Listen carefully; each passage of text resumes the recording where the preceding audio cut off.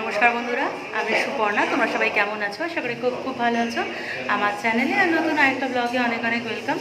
আজকে যথারীতি ভেলোরে আমার 11 দিন। আজকে রবিবার, আগামীকাল আমার ডাক্তার দেখানো রয়েছে। আগামীকালই ডাক্তার বলবে সার্জারিটা হবে কি না। আপাতত আমাদের তো সব কমপ্লিট, টেস্ট থেকে শুরু করে প্রি অ্যানেস্থেশিয়া ক্লিনিক সবটাই কমপ্লিট। এখন বাজে ঘড়িতে 12টা। আজকের এত ল্যাদ খাচ্ছি আমরা সবাই, মানে তিনজনেই। শরীরটা কারোরই ভালো নেই, বাইরে এতটা গরম। আর কালকে সবাই খেয়েছি আইসক্রিম, ঠান্ডা জল, তার ফলে সেই মাথা টাথা ভার হয়ে আছে। আর আমার তো একটা মেন্টাল যা টেনশন চলছে, যদি বাই চান্স ওটিটা না করে, এতদিন থেকে এত খরচা করে, মানে একটা ফালতু টেনশন চলছে কালকের থেকে। তো এখন বাজে যেটা বললাম 12টা। এখন তোমাদের গৌতমদা বানাচ্ছে চা। এখন আমরা ব্রেকফাস্ট করব, কখন যে লাঞ্চ করব কিচ্ছু জানি না। তো যাই হোক, এখানে তো কোনো কাজবাজ নেই, তো সুতরাং এই ধীর গতিতেই চলুক জীবনটা। কাল থেকে তো আবার সেই হসপিটালের জার্নি, সেই দৌড়াদৌড়ি রয়েছে। আজকে দিনটা একটু রেস্ট করে নিই। গৌতমদা চা বানাচ্ছে, যথারীতি বডি বিল্ডার মানুষ। এই আমরা চারজন মানুষ কত চা বানাচ্ছে, আজকের মধ্যে চা খাইয়েই রাখবে। এদিকে সকালবেলা গিয়ে চিকেন খেতে, চিকেন আর দই, দই চিড়ে খাবে। আর লাঞ্চে খাবে চিকেন। তো আপাতত একটু একটু করে হোক। ও আবার ওইখান থেকে বলে দিচ্ছে যে চিকেন ঝোল করবো না, কষা কষা করবো। যাই হোক, তো চলো আজকে ব্লগটা এখান থেকে স্টার্ট করলাম, দেখতে থাকো। এক প্রেশার কুকার চা খেলাম আমরা সবাই, এই গৌতমবাবু বানিয়েছিল। আর এখন আমার মেয়ে খাচ্ছে গুঁড়ো দুধ। বল তুই সৌমের মতো, বল বল, এক ফোঁটা গুঁড়ো দুধ তো আমি চেটে চেটে খাবো, বল। ওরা হরলিক্সের প্যাকেট আনলে বলতে পারবি। আর আজকে ব্রেকফাস্টে যেহেতু বললাম দই চিড়ে খাওয়া হবে, এই দই এনেছে গৌতম, একটু চিড়ে দিয়ে ওদের দিয়ে দিই, যেহেতু মাংস হবে। এই কোথায়? হ্যাঁ ওই লজে, হ্যাঁ একটা মিনি মিক্সি নিয়ে আসতে বলেছিলাম ওর জন্যে, এখানে চালিয়ে আর মশলা করে নিতাম। সকালের ব্রেকফাস্ট, সকালে না এখন লাঞ্চ টাইম, আমি খাচ্ছি দই চিড়ে।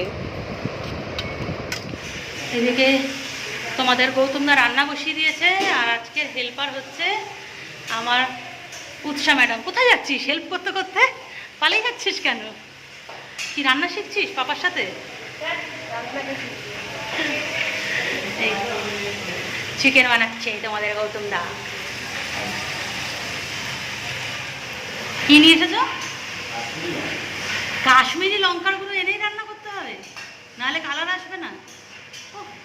এ রান্নি হবে তো এই ধরনের রান্নি, খুঁজে খুঁজে কিছু না আনুক, কাশ্মীরি লঙ্কা এনেছে রান্নায় কালার আনার জন্য। এই কেমন কালার এসেছে তোমার রান্নায়। ও বাবা রে,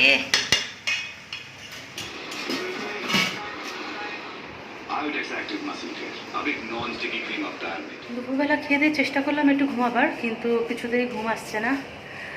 হঠাৎ কী জানি, মানে গতকাল থেকে ভীষণ টেনশন এমনি সবসময় চলে, কিন্তু গতকাল থেকে একটা মারাত্মক টেনশন চলছে। আর টেনশন হলে আমার শরীরে যে প্রবলেমগুলো হয় সেইগুলোই আমি ফেস করছি।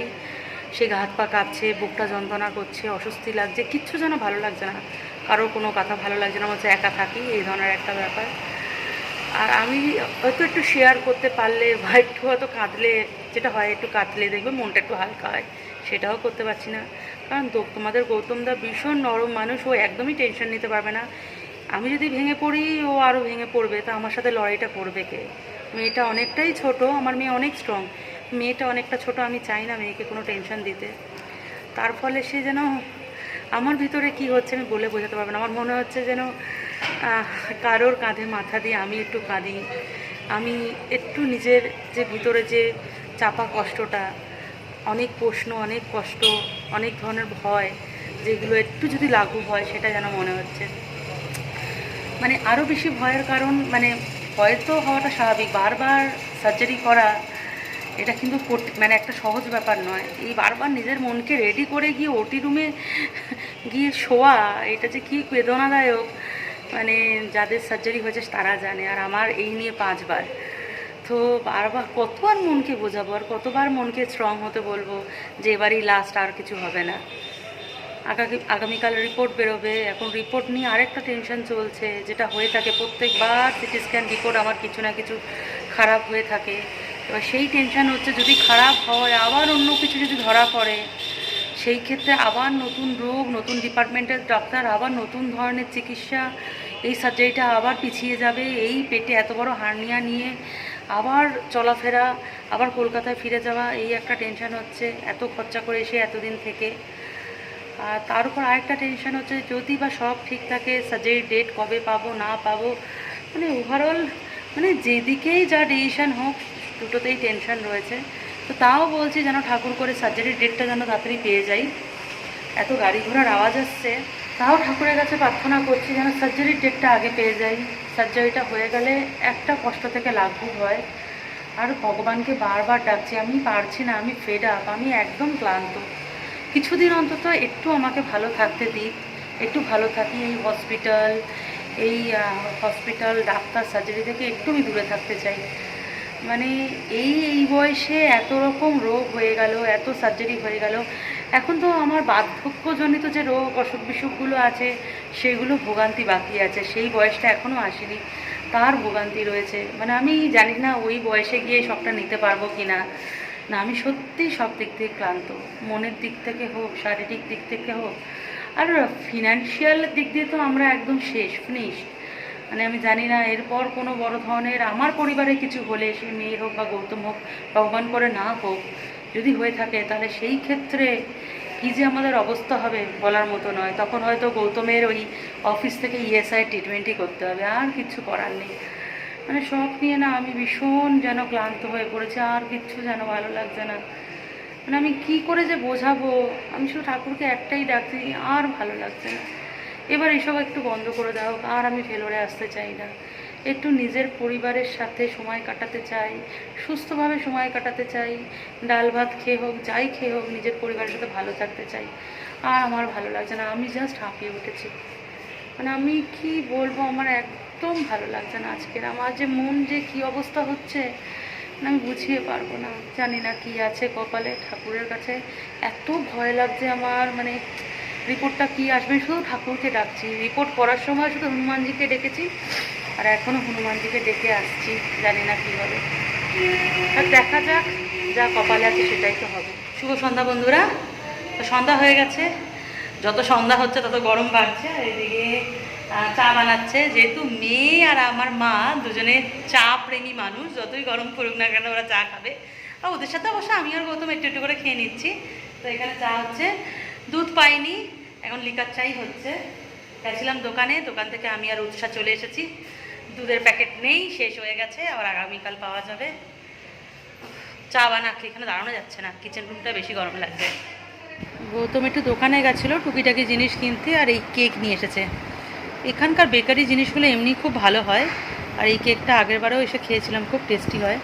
এই কেক নিয়ে এসেছে, খিদেও পেয়েছে ভীষণ জোর।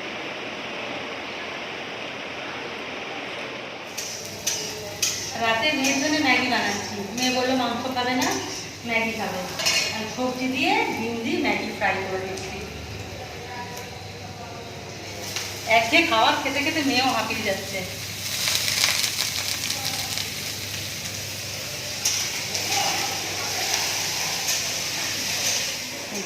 ম্যাডামের জন্য বাঁধাকপি আর ক্যাপসিকাম দিয়ে ম্যাগি। আমি কলকাতা থেকে অরিগানোটা নিয়ে এসেছিলাম, ম্যাডামের কি কখন কি খেতে ইচ্ছা হয়।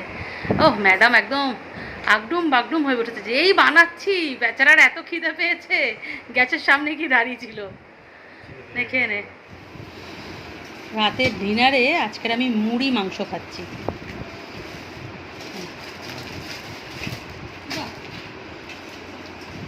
ইচ্ছা করছে না ভাত রুটি খেতে, মুড়ি আর মাংস। খাওয়া দাওয়া কমপ্লিট হয়ে গেছে, এখন এই হাড্ডি কুড্ডিগুলো নিয়ে যাচ্ছি ডগিদের খাওয়াবার জন্যে। দেখি ওরা খায় কিনা।